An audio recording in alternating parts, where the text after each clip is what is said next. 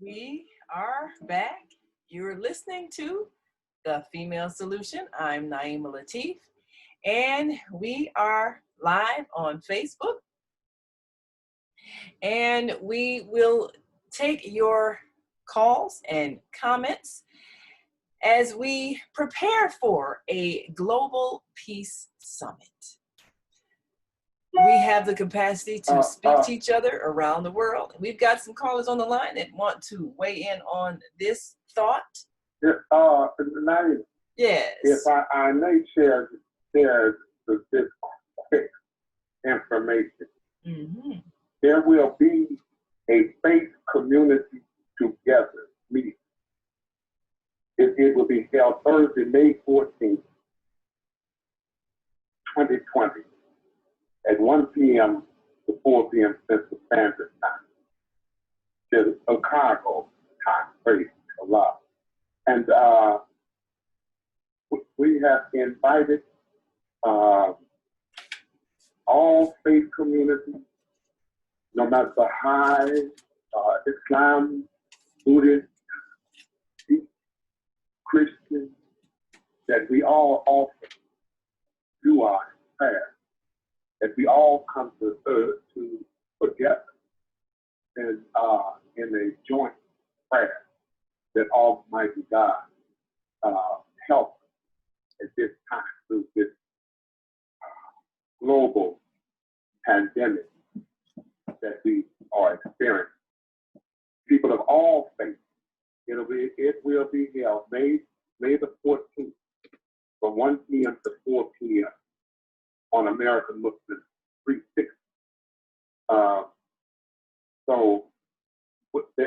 That's why I say that yes, there are communities, there are people that are definitely on board with this, with what you are presenting today, and we look forward to everyone.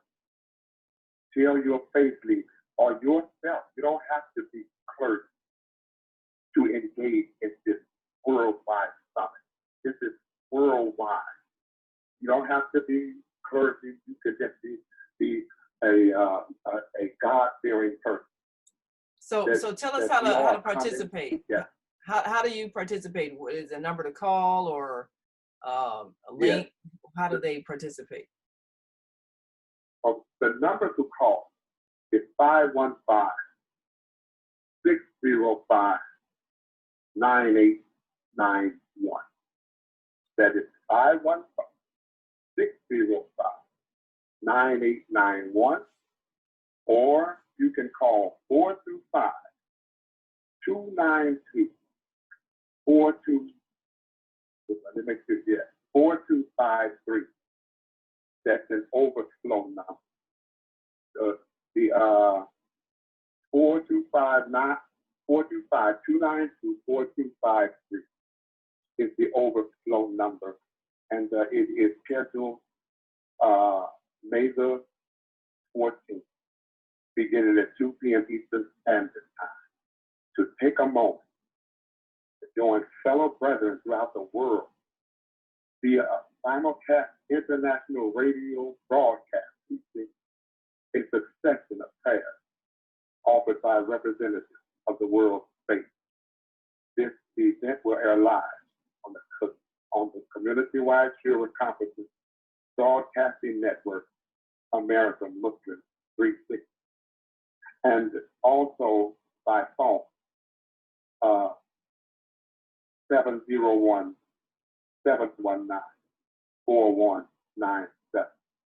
That's 701-719-4197.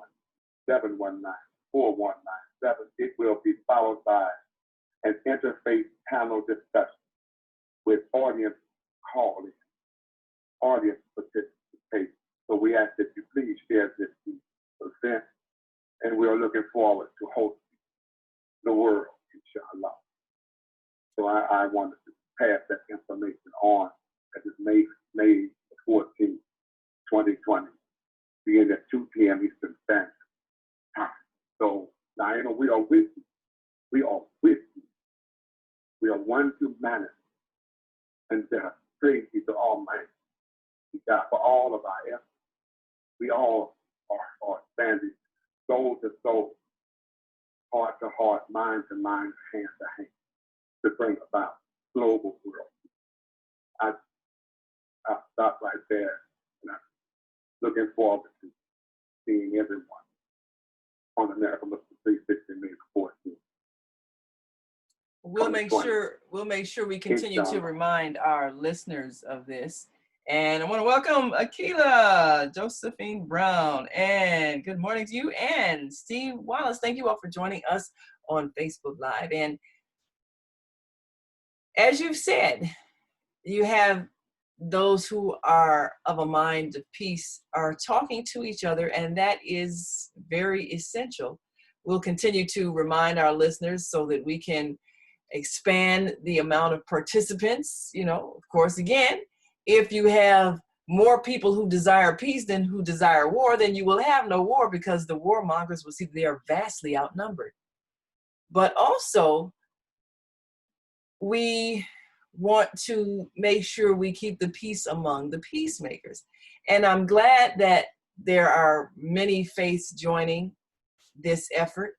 And as you've heard the commercial right before we came back from the break, Heavenly Culture, World Peace, Restoration of Light. It was founded on that principle of first the faith leaders coming together with a common understanding that we all represent the same thought, and that is harmony among humanity.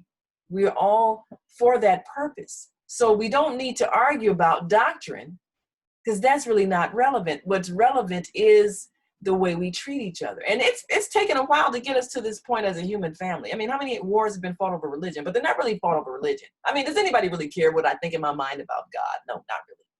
So even religious wars tend to be about control. If a person is not bothering you, then what does it matter what they think in their own mind about the supreme being, or even if they don't acknowledge a supreme being, they're not bothering you. So we have to look at the underlying reason for the wars that have been going on. And as you pointed out, they've always been about control of wealth, you know, taking somebody's property. So if we are clear on that, then we don't get sidetracked in arguing over matters of doctrine and faith. And it's wonderful whenever the faith community can gather and agree. And if we all agree that we respect each other enough to treat each other well, the way you should treat a human being, then the next step is, who are these people who don't agree, and who are these people that are creating conflict? And that's always the question. Everybody's, like you said, the peacemakers, they're not the problem. They're going to be at the meeting. It's the ones who aren't peacemakers. Well, let me go to the phone lines, because another issue that you brought up last week has to do with the disturbance right in our own communities. The people who are of our own culture and our own background choosing to wreak havoc and commit the robberies and the killings, and they're right among us. How is that happening? Why is that happening? How do we stop it? And do we need violence to stop that violence, or is there another way? Let's go to our phone lines and get your thoughts. And first, let's go to area code 863. Give us your name, where you're calling from, and your thoughts. Yeah, LA here in Central Florida. That's a tall order you got on the menu for this morning. But let me try to rifle through at least my take on it. Number one, in trying to solve or end wars or what have you, I would say language. And as you start your show off and end it every day with speaking multiple languages, well, there are over 6,000 languages, living languages on the planet. So that's going to be one major hurdle right there. What's a common language we can speak? And then each attached to each one of those languages or one or more cultures within that spoken language.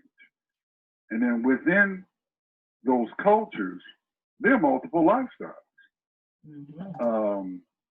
So people might be speaking the same language in the same country, same culture, but they got a radically different lifestyle than somebody that lives next to on each side of them. Next, and you just touched on this, religion. There are over 4,000 living religions on the planet. So with some people, if you don't even start the meeting with acknowledging their perception and name of their creator, there won't even be any discussion. And manifest destiny, that concept came out of the church.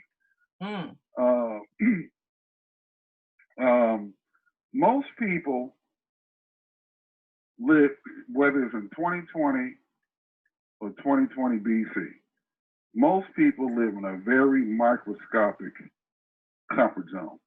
They live within about, their life is about 30 to 60 minutes, has a 30 to 60 minute radius of wherever they lay their head at night.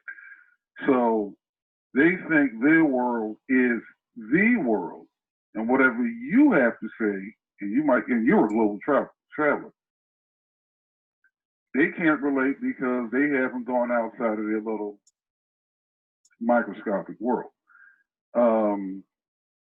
And most people, this is just LA's opinion, most people, not all people, I don't know the percentages on it, most people don't like change.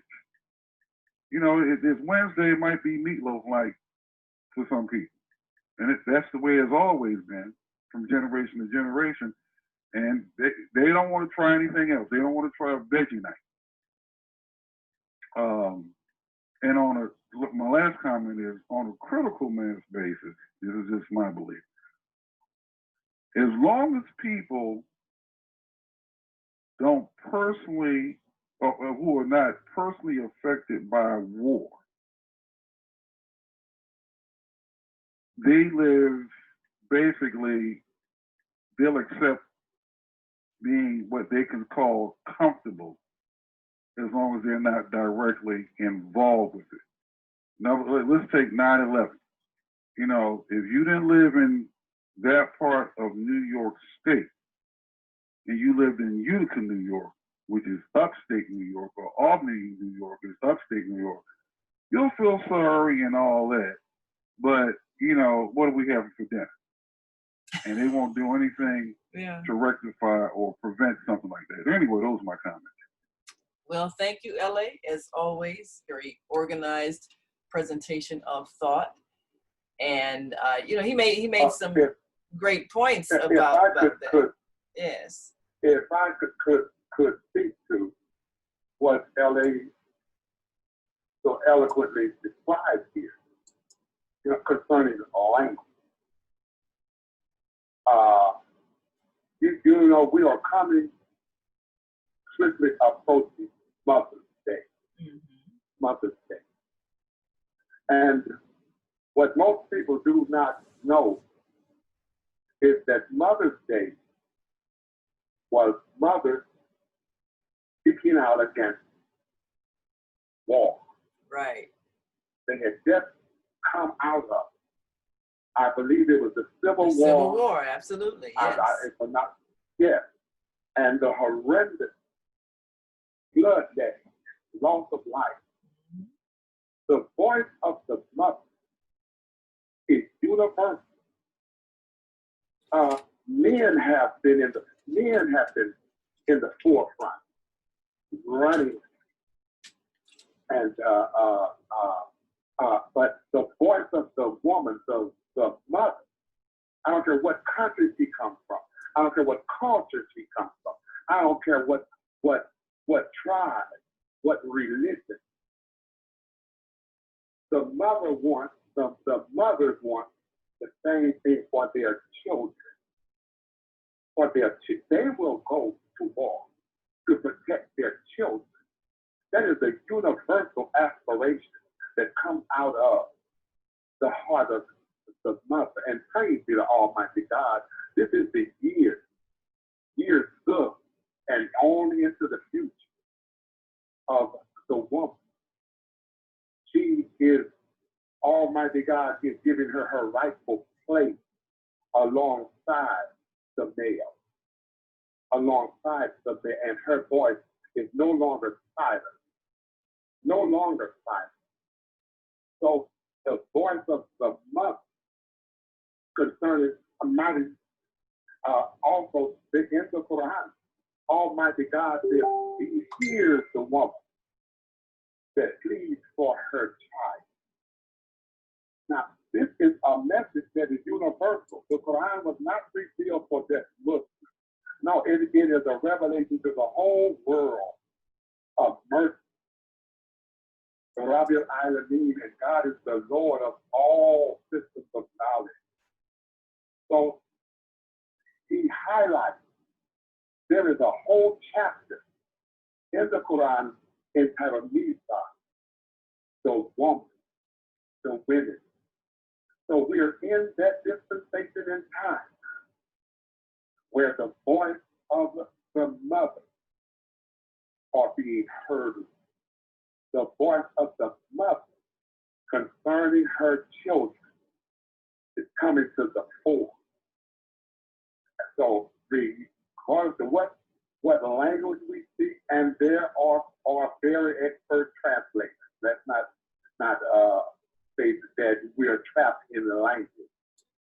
And I think that's one thing that has to, yes, I think that's one of the things that have to be a part of this global summit is, number one, a language that we all speak, but number two, the translation into the many other languages, at least I would say, to point out some of the major trade languages around the world that this conference could be a part of translating.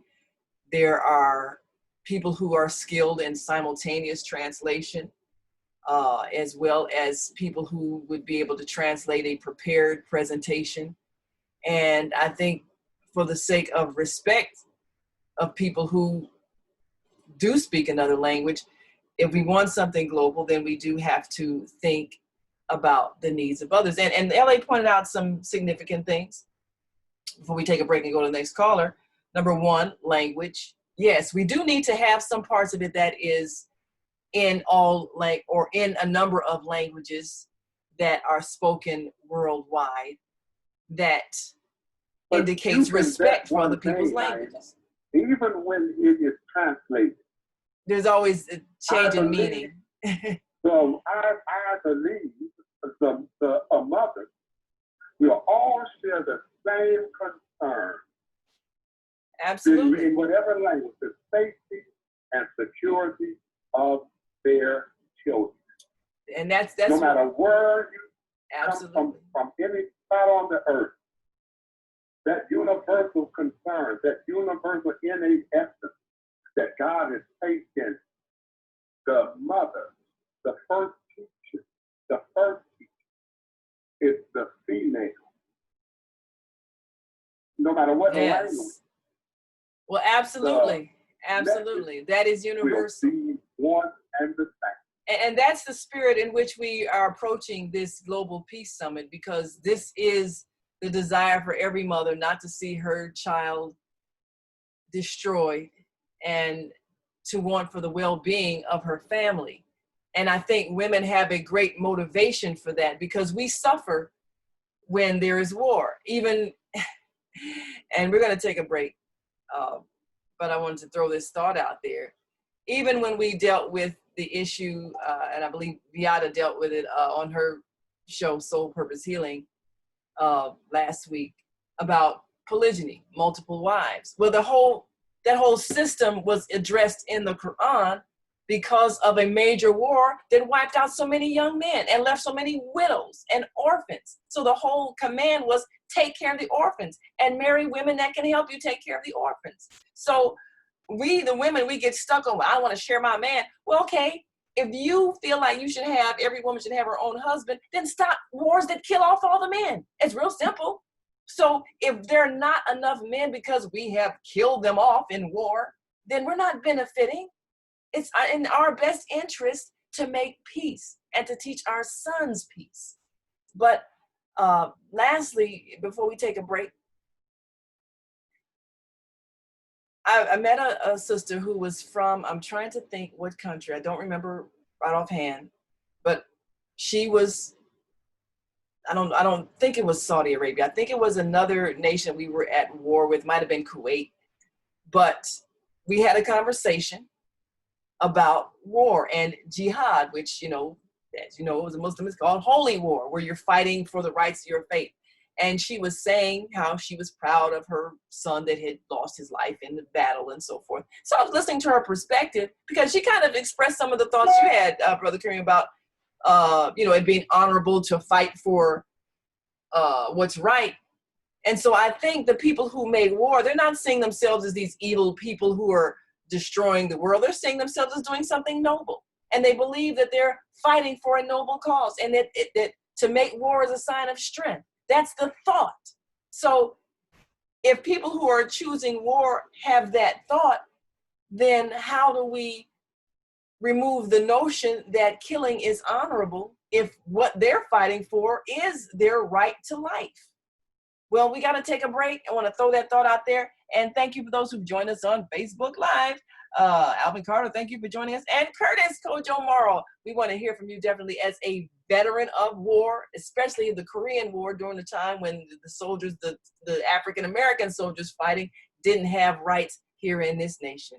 And the Koreans called them on it too. Why are you here? Why are you here?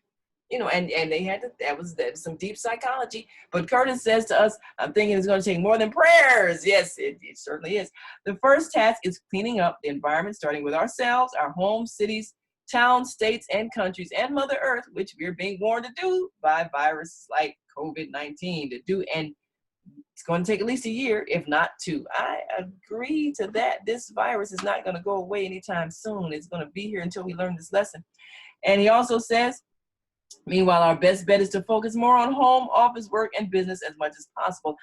I agree. I think the peace movement starts at home, but we got to figure out what it is we're doing that create this warlike spirit in those people that are creating havoc in our very streets where we live. We're going to take this quick break and come back, take some more of your calls. And if you're on our switchboard, just press 1 and join the thank you very much, and we'll come right to you and get your thoughts. And if you're listening online and want to join this conversation, give us a call, 515-605-9325. Press 1. And if you're watching us on the Female Solution Facebook page, then make sure you write in your comments and we will share them with our listening audience. And we'll be right back after this quick break, so stay with us. We all say we would like to be wealthy. But wealth isn't determined by how much money you have. Wealth is determined by your power to define what money is.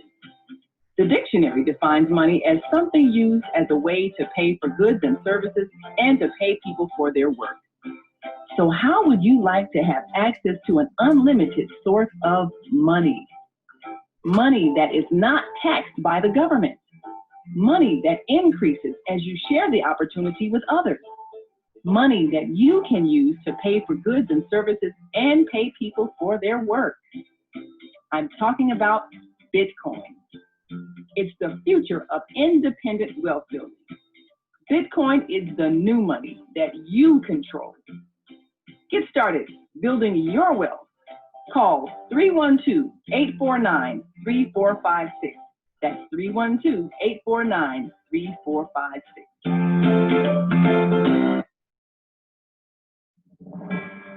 Are you constantly arguing with your spouse? Are your children misbehaving and acting out? Is someone in your family abusing drugs? Have you been a victim of domestic violence? Are you grieving over the loss of a loved one? Let us help you restore serenity to your life. At Serenity Family Social Services, we understand that good mental health is a result of emotional well-being. Our goal is to assist you and your family in removing emotional distress and restoring harmony and balance to your lives. We offer individual, couples, and family counseling. I'm Howard Williams, CEO of Serenity Family Social Services. Call us today at 312-315-4820. That's 312-315-4820. We have an opportunity to transform the whole global society in the next 50 years. 50 years from now, the earth will be populated by a new generation of adults, many of whom are yet unborn. Our mission is to nurture them in childhood with love, guidance, and protection, and to raise them in healthy, happy families. If we impart values of compassion, generosity, and respect for fellow human beings in the next generation of children, they will create a world where people can live together in peace. This is our goal. Be a part of the transformation. Get your copy of the book, The Female Solution. Go to www.naimalatif.com. That's www.naimalatif.com.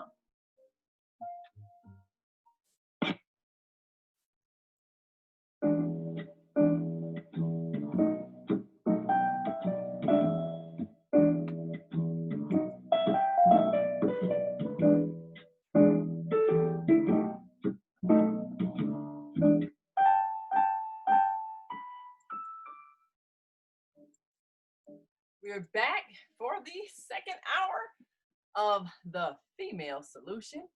I'm Naimah Latif, along with our co-host Karriem Hameed. We are taking a look at a global peace summit. How do citizens of the world unite? And we have many groups that are on that same wavelength, knowing that we have to all figure out how to get along. Can we all get along? Well, yes, we can, but we have to choose to do so. Now, there are 1.8 billion Muslims around the world. 1.8 billion people. So you would presume that all the people who are of this faith community would be of one mind. And yet, much of the conflict in the world that's going on is within that community of people who all express that same faith belief. Why is that? And are we not listening to the needs of those who are making war? Because they believe they're fighting for peace, the right to live as they choose to live, and fighting those who are infringing on that right. So they believe there's a noble cause behind the violence, even those who are committing acts of terrorism. Naimah. So how do we address that before we take another call? For real, we blow that up. We act as if what happened at 9/11 and other insane acts that incorporates billions of people. That they are outliers. They are not.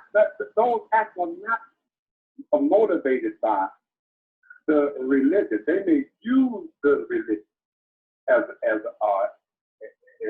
cover or a cloak for their frustration of being colonized and their lands took, oppressed, the aggressiveness of the Zionists in Israel. Those acts are born out of pent-up, insane rage. That is not a product. Can you imagine? And you just mentioned a billion Muslims. Can you imagine if all Muslims, if that was true? No. And there are, and they're always bringing up our faith. But every religion has its small Saturday of insane people. I dare not, I do not equate the Ku Klux Klan with Christianity, so they claim to be Christian. I won't color their whole face by the act of Nazi, white supremacist group, and the Ku Klux Klan. That they claim to be Christian. Likewise, we should not color the whole face based on pent-up frustration and people that do insane, inhumane acts. But you mentioned something. You mentioned something that we have to take a look at, though. But think about this. Pent-up frustration. Now, people living outside of America could not understand the riots of the 60s. Why are these people burning things? Why is there this explosion of rage? You know, the riots that happened, especially right after Dr. King was killed, the explosion of rage in which the cities were on fire. People living outside of America didn't understand that. They didn't understand why Black people were doing that. Are you sure about that, Naimah? Many people did not. Many people did not understand. They televised. They televised what happened, but did people really understand why? They televised the holding of children. That went viral around the world. They televised the horrendous murder of Emmett Till. That went around the world. When television came up and pictures, that was information to the outside world. I beg to differ. But something LA said though. Something LA said about when it's not happening to you, you don't empathize as much. So yeah, people saw it, but did they really empathize? We had foreign help. We received help from outside of this country toward our civil rights and our freedom. That was not them born inside. There was people that didn't live in this country, that saw our plight and was aware of it and understood. Dr. Martin Luther King, he stood on the international stage. Malcolm X, Malik El-Haj Shabazz stood on the international stage and addressed the ills of this country. James Baldwin, and we could go on and on. They understood. They knew where that was coming from.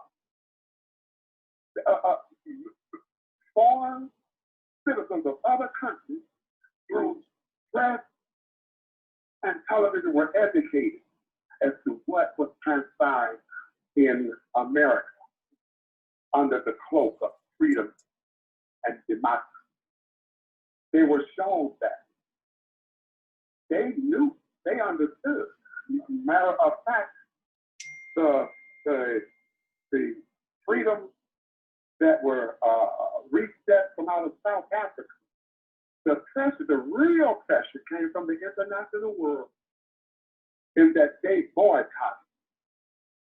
major corporations that did business in South Africa. So that global effort has always been present.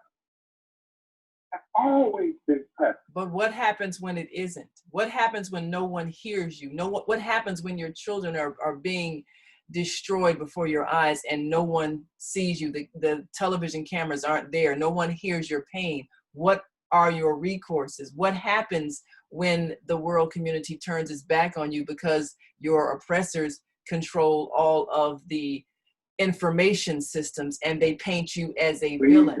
What happens? We've got social media now. Boy, and I mean, something can happen in a small town, in a small village, a hamlet, and it will be published all over the world. We can no longer hide. God has connected the human being through his gift of this technology. Well, let me go back to the... You cannot misuse one of us and all of us just be quiet. That day is over now. Well, let me go back to the phone lines and get some thoughts, because I think as it's been pointed out, I think that there's still a thought of there's an us and a them. There's the good, righteous people, and then there's the bad people. And I don't think there's any bad people at all on this earth. I think there are people whose way of thinking is misunderstood because we have not heard their pain. And so they explode, and then we call them a villain. And we don't think that perhaps we might have been among those who benefited from their pain, just like people didn't hear Nat Turner. Of course, he was a terrorist in his time. White people in the North didn't understand why there was a spree of killing all the whites. They didn't understand that. They may understood a little bit more when the book Uncle Tom's Cabin came out, and maybe they understood a little more when they heard people like they heard many of the abolitionists that spoke out and described the horrors of slavery. But many people didn't understand, and so they thought that these Black people need to be controlled because they're violent. They bought that story and the mass media systems of their time. They bought that story, and so they didn't understand where the violence came from. They didn't understand. Well, let's go back to our phone lines. Want to get your calls? 515-605-9325. Press 1 when you're ready to speak, and we'll get your thoughts. Let's go first to, well, let's see, I'm going to take in this order. 773-221, 708-566-312-671. And if you're on our switchboard now, please press 1 now. Don't wait till 2 minutes before we got to go, because I'm not going to open your mic because we won't have time. I want to hear everything you got to say. think of what you got to say now. Don't wait till 2 minutes before we got to leave, because you can't say it in 30 seconds. So, press 1 now if you got something to say, and we can open your mic. Let's go to 773-221, and then 708-566 will come to you next, and 706-202 going to come to you. Yes, Grand Rising. Introduce yourself to our listening audience and give us your thoughts. What do you think is necessary to discuss in a global peace summit that could actually address the reasons why wars happen and perhaps alleviate them? What are your thoughts on that? I think that we First, for those who don't recognize your voice, tell us who are. you are and where you're from. Yeah, this is Andrew Nelson Bay in Chicago. Yes, Grand Can you hear me? Rising. Andrew Nelson Bay. Yes, we can. Thank you for joining us. Yes, I think we should take full advantage of this whole idea of identifying everyone on the planet with this, pursuant to the Real ID Act of 2005, and actually identify who Bill Gates is. Let's get a dossier on Anthony Fauci and all of the beneficiaries of the prison industrial complex, and make it public. Because if these individuals are making this kind of money to our detriment, then they're to be identified to the world, and then let the chips fall where they may. I think that would be the real justice, because George Herbert Walker Bush said that if people knew what the deep state, parenthetically, and Illuminati were up to, they would hunt them down on the street and kill them. So I think that there is no peace unless until justice is meted out, and that is a function of the truth being told and the lies and falsehoods being dispelled with the truth. And I think that is what is needed to bring about actual peace, and do in a very wise and thoughtful way. Well, I thank you for those thoughts. And he brings out definitely an important point. Follow the money. Who's making money off of suffering? Who's making money off of prisons? Who's making money off of weaponry? Who's making money off of drugs? If you follow the money, then you follow the motivation behind the policies that keep these things in place. And then you understand why people who are negatively affected ultimately explode, because no one hears them and no one sees how they're being exploited. The problem is the people who explode on people who have no clue as to what's going on. I'm sure it was some innocent white people that got killed in the Nat Turner rebellion. I'm sure there were some who probably, didn't own slaves, maybe had relatives up north. And why are they killing people? Why would they do that? those people are vicious. They're enemies. They need to be controlled. Follow the money. Thank you, Andrew. We appreciate that. Okay, let's go to 708-566. Thank you for joining us. Introduce yourself to our listening audience and give us your thoughts. What would it take what issue needs to be addressed in order to create world peace? What kind of things should we talk about in this summit? Hi, good morning, everybody. This is Brian Vickers, founder of Operation Freedom. It goes back to what you were saying. We need to get rid of what they would call tyrants, and a lot of these, and also to these poverty pimps, if you would, and also to address those who are hurting, who really need, who are poor and disenfranchised. Because the ones who are poor and disenfranchised, they have needs. I mean, they are oppressed, downtrodden. So you say and that's one of the reasons why a lot of them, they turn to drugs and a life of crime to survive.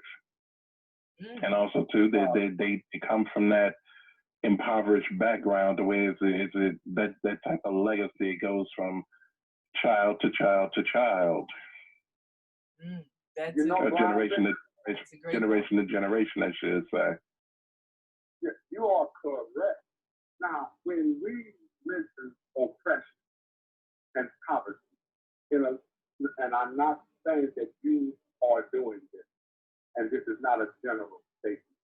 We usually color that, but there are, when just look around us, there are a lot of poor Caucasians just barely hanging by their fingers together. There are pockets and areas of gross neglect and poverty in this country. The Appalachian region, the Southwest, North, Southeast, there are pockets of neglect. And that neglect is not colored.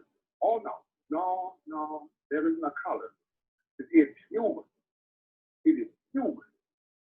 And sometimes the response from them is an anger toward people that are in similar absolutely similar situations. Because they've been told it's our fault. Yeah. Because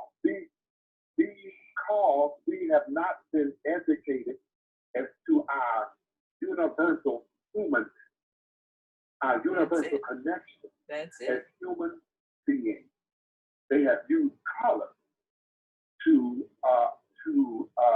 disconnect the human being from his and her true self. That is true. That is true. COVID-19 has no respect of race, nationality, color, religion, not even wealth. Absolutely. The risks are threatened also. And when it comes to economics, I praise to God that we have our eyes on what is happening to the financial structure. Oh, well, we're going to need to create a new one. This one has collapsed. We have to create a new one. Absolutely. Around the world, it has been totally different. And that's what needed to happen. That's a good thing. There's pain coming. There is great pain. Anytime they just give money away, willy-nilly like, they want to head off anarchy, civil unrest. There you go. The structure have been definitely weak. That is it. The economy is on its knees now, but we are all interconnected. What happens in Australia, China, Russia, anywhere, we are in a global economy now. So now how do we take advantage of that? How do we take advantage of this reality that the current condition is one that has brought to light that we're all connected, number one, and number two, this economic system that we have been living under is collapsing, and number three, there are a lot of people who are suffering and impoverished, and need to 706-202. I'm coming to you. I promise I am. Press 1 again, because now I lost your number. It's like buried in all these other numbers here. I got like the full switchboard. 706-202. I believe you were next. This person, I'm not sure who you are, but I know you've been waiting, and we keep talking. But press 1, 707. There you go. Okay. We're coming to you now. Before the break, give you an opportunity to give your thoughts. But yes, we definitely have an opportunity to create something different. And 706-202, Grand Rising. Give us your name, where you're calling from, and your thoughts on this Global Peace Summit. What would it take? Assalamu alaikum. This is Brother Kwame coming in. Wa alaikum salam, Brother Kwame. I'm headed to the food. Ramadan Mubarak. Ramadan Mubarak. Ramadan Mubarak. I'm on the way to the food bank. I volunteer over here, and from the last couple of weeks I've been here, we've had almost 400 people show up. And looking at this, being of service, but looking at this whole pandemic, the first thing we're looking at global peace is that our elders told us, if there's no peace, if you have war within you, you cannot seek peace outside of you. And this is where we have to begin that, and being able to see and answer all of these important issues that you are discussing here on this program. We've got to begin to look at our inner self, and this is part of the tools that they use in being able to make us turn on ourselves, then turn on those that look like ourselves. And so I'm most importantly thinking that once we begin to get this inner standing and find peace within and come to the table, as Malcolm says, leave all your religions outside the door. We got to come to the table and say what it is that we want to do in creating this new global village. And each one of us comes with a part of this village. It takes a village to raise a child, but we got to have the right type of village people to help raise those children, because our generations are being traumatized, each newborn that comes to this chaotic world. And we are the ones that have to change it for them. So that's my words of to this subject that you got for world peace. All right. Well, thank you, Brother Kwame. We're going to take on the break and coming back to 111-111. Hold on. And if you're on our switchboard now, press 1 so we can bring you into the queue. And we'll be joined in just a moment with our co-host on Monday Morning Mindfulness, Zelda Speaks, and we'll be live on Zoom. And of course, we want you all to continue to join us on the switchboard, on Facebook, and we're going to hash this thing out as we get ready for this Global Peace Summit. What will it take? Well, we'll be right back after this last break, so we want you to stay with us.